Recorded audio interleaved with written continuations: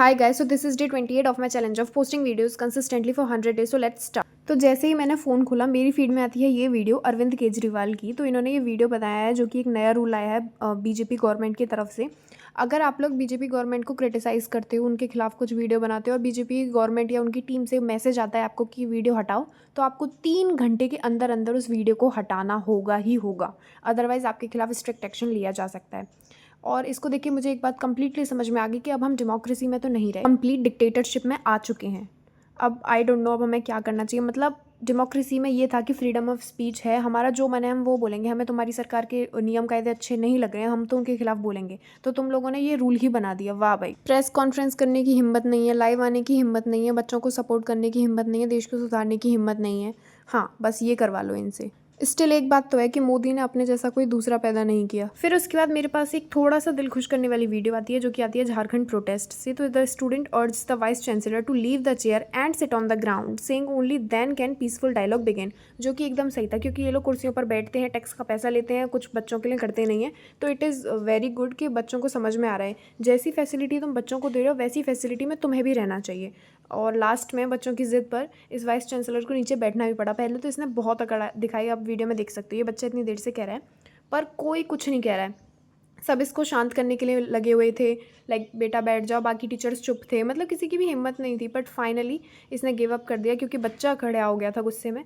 And I am glad ऐसा हो रहा है। तो भाई आप लोग भी यही फैसिलिटीज़ लो जैसे बच्चों को आप दे रहे हो। फिर उसके बाद एक शर्मनाक वीडियो आती है देहरादून से। So a Muslim shopkeeper was threatened with no Muslim shop in Hindu area after 25 years of business force to shut down. तो ये वीडियो भाई काफ़ी शर्मनाक है। ये जो 3 बुड्ढे देख रहे हैं ना, आपको मैं दावे के साथ कह सकती हूँ कि अगर मैं इनसे पूछूंगी भाई कि हिंदू धर्म में ये चीज़ क्यों है, इस रस्म का मतलब बताओ, श्लोक पढ़ के बताओ, संस्कृत आती है या नहीं, तो ये सब के सब ब्लैंक होंगे। व्हाट्सअप यूनिवर्सिटी से ज्ञान लेके ये अब उस बेचारे मुस्लिम आदमी की जिसका 25 साल से अच्छा बिजनेस चल रहा है उसकी दुकान बंद करवा रहे हैं। और इन्होंने दुकान बंद करवा भी दी उसकी। उसने पुलिस से भी मदद ली लेकिन कुछ फ़ायदा नहीं हुआ। ना ही सिस्टम हमारे काम का और ना ही ये 2 कौड़ी के बुढ़े लोग। भाई मैं इनके घर की औरतों का सोचती हूँ और बच्चों का सोचती हूँ, क्या ये मेंटल प्रेशर डालते होंगे उन पर। भाई वो मुस्लिम आदमी आराम से बात कर रहा था और ये तीनों के तीनों उस पर चढ़े आ रहे थे। इस वीडियो में आपको इस वीडियो की ऑडियो नहीं दिख रही होगी इस क्लिप की, लेकिन मैंने जब ये वीडियो देखी तो मेरे को ऑडियो सुनाई दे रही थी, बहुत ही गंदी लैंग्वेज थी। आप इस कैप्शन में भी देख सकते हो जो कि उन्होंने डाला है। तो 18 जून को इनसे कहा गया था कि अपनी दुकान बंद करो, हिंदू इलाके में नहीं चलेगी मुस्लिम की दुकान, और इनको बंद करनी पड़ी थी। फिर 9 जुलाई को इन्होंने दुकान वापस खोली लेकिन फिर से इनकी दुकान को बंद करा दिया गया। ये कुछ बुढ़े होते हैं ना, ये समाज पर बोझ होते हैं और ऐसे लोग जल्दी से मरते भी नहीं है। आई डोंट नो क्यों भगवान ऐसा सिस्टम करता है। इनको पुलिस से भी कोई मदद नहीं मिली और सिस्टम से तो हम क्या ही कहें भाई। और ये जो बुढ़े दिख रहे हैं ना आपको, मतलब भाई कहाँ से तो तुम लोग हिंदू, में ये पूछ लो ना तिलक क्यों लगाते हो, बस लगा लेते हैं। तिलक क्यों लगाते हो उस तक का जवाब नहीं होता इनके पास। अपनी अच्छी अच्छी जो कहानियाँ है ना, महाभारत रामायण, उस तक की अच्छी शिक्षा नहीं ले पाते ये लोग, उसका जो एक्चुअल मॉरल लेसन होता है। तो इनसे आप क्या ही उम्मीद कर सकते हो। ये जो भी हुआ बहुत गलत हुआ और ऐसा किसी के साथ नहीं होना चाहिए। मेन प्रॉब्लम है कट्टरता, ना कि हिंदू मुस्लिम। जो भी आदमी कट्टर मुस्लिम है या जो भी आदमी कट्टर हिंदू है, वो दोनों ही समाज के लिए हानिकारक है। हमारा धर्म या दूसरे आदमी का धर्म प्रॉब्लम नहीं है। जो सोचने लगे ना कि हमारा धर्म ही ऊपर है, हिंदू धर्म ऊपर है, मुस्लिम धर्म सबसे ऊपर है, वहीं प्रॉब्लम आ जाती है। भाई उसे अपनी दुकान चलाने दो, उसका 25 साल से बिजनेस है, तुम क्यों उसके पीछे पड़े हो, अपना काम करो ना। इस एक तो इन लोगों को रिटायरमेंट दे देते हैं तो फिर ये प्रॉब्लम होती है। अभी ये कह दो ना कि चलो अपने आसपास की गली साफ कर लो, स्वच्छ भारत कर लो, या फिर देशभक्ति के नारे लगाओ, जन गण मन गाओ, वंदे मातरम गाओ, किसी लड़की के साथ कुछ हो रहा है तो उसे बचाओ, तो इनकी हवा गायब हो जाती है। Last but not the least, उसके बाद मेरे पास ये वीडियो आती है जो भाई सच में काबिल तारीफ़ है। तो a young innovator from Uttarakhand builds his own flying car, takes it to the skies in Almora. तो ये आदमी का नाम है रवि तामता, मतलब यंग जो इनोवेटर है उसका नाम है रवि तामता, और ये उत्तराखंड के हैं। इन्होंने काफ़ी लोगों के दिल जीत लिए बिकॉज़ इन्होंने ये अपना फ्लाइंग कार बनाया जिसको लेके ये अल्मोड़ा तक गए। तो हाँ, ऐसे टैलेंट को हमें डेफिनेटली अप्रिशिएट करना चाहिए। ऐसे बच्चों की हमारे देश को ज़रूरत है जो इतना इनोवेटिव दिमाग रखते हैं। एक बार को मुझे सच में ये एआई लगा, पर फिर मैंने इसके कमेंट्स पढ़े, इसका कैप्शन पढ़ा, एंड या I am so proud of this thing.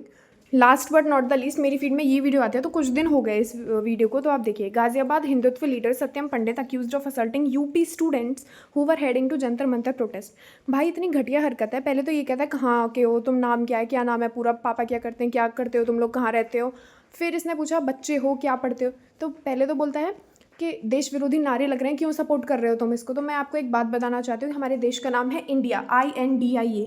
हम अपने देश को भारत भी कहते हैं। हमारे देश का नाम बीजेपी नहीं है, ठीक है। अगर हम ये कहते हैं कि बीजेपी के इस नेता ने गलत किया है, शिक्षा में सुधार होना चाहिए, तो हम एंटी नेशनलिस्ट नहीं है, हम प्रोटेस्ट करेंगे। पता नहीं बीजेपी को भगवान और अपना बाप माना हुआ है इन लोगों ने। फिर उसके बाद ये बच्चों से और पूछता है तुम कहाँ रहते हो, क्या करते हो, तुम्हारे पास ये नहीं है। और भाई बहुत गंदी गंदी गालियाँ देता है। लास्ट में मैंने जब ये वीडियो देख रही थी तो उस क्लिप में पूरी ऑडियो थी इन लोगों की, और मुझे बहुत ही गंदा लगा इन बच्चों के लिए। मतलब बच्चे प्रोटेस्ट में आधी रात को तू उनको घेर रहा है, पहले तो गाड़ी में से बाहर निकल, हिम्मत है तो ये मतलब झंडा लगा के कि हम इस पार्टी के हैं, पता नहीं अपने आप को क्या समझते हैं। फिर उसके बाद ये जो दूसरा बच्चा दिख रहा है ना कैप लगा के, जो थोड़ा साइड में खड़ा है, इसने इस बच्चे को पीटा भी, लगे एक थप्पड़ मारा भी। भाई तो पहली बात तो अपनी भाषा सही कर, तू हिंदुत्व का लीडर है, ऐसा हिंदू धर्म तो है नहीं कि तुम गालियाँ यूज़ करो किसी के लिए, ठीक है। ऊपर से ये जो दूसरा बच्चा है जिसको ये पीट रहा था, देखो आप देख रहे हो कि हाथ उठा रहा है, ये बच्चा प्रोटेस्ट में था भी नहीं, ये अपनी दीदी के यहाँ आया था। वो दूसरा बच्चा था जो वहाँ पे पढ़ता था, तो वो प्रोटेस्ट में आया था देखने एंड सपोर्ट करने। ये क्या बात है, तू अपना काम कर, हम अपना काम करेंगे। हमें करना है प्रोटेस्ट, इसके खिलाफ कोई एक्शन नहीं लिया जाएगा, पता है हमको। बच्चे आवाज़ उठा दें तो उनको जेल पहुँचा दो, उनको किडनैप कर लो, उनको सेक्शुअल असल्ट कर दो, पर ऐसे घटिया लोग कुछ करते हैं ना तो उनके खिलाफ कोई एक्शन नहीं लिया जाता। भाई हद है अब तो। आई एम डैम श्योर ये डेमोक्रेसी तो बिल्कुल नहीं बचा, डिक्टेटरशिप ही है। अब तो एटलीस्ट हम लोगों को जगना चाहिए।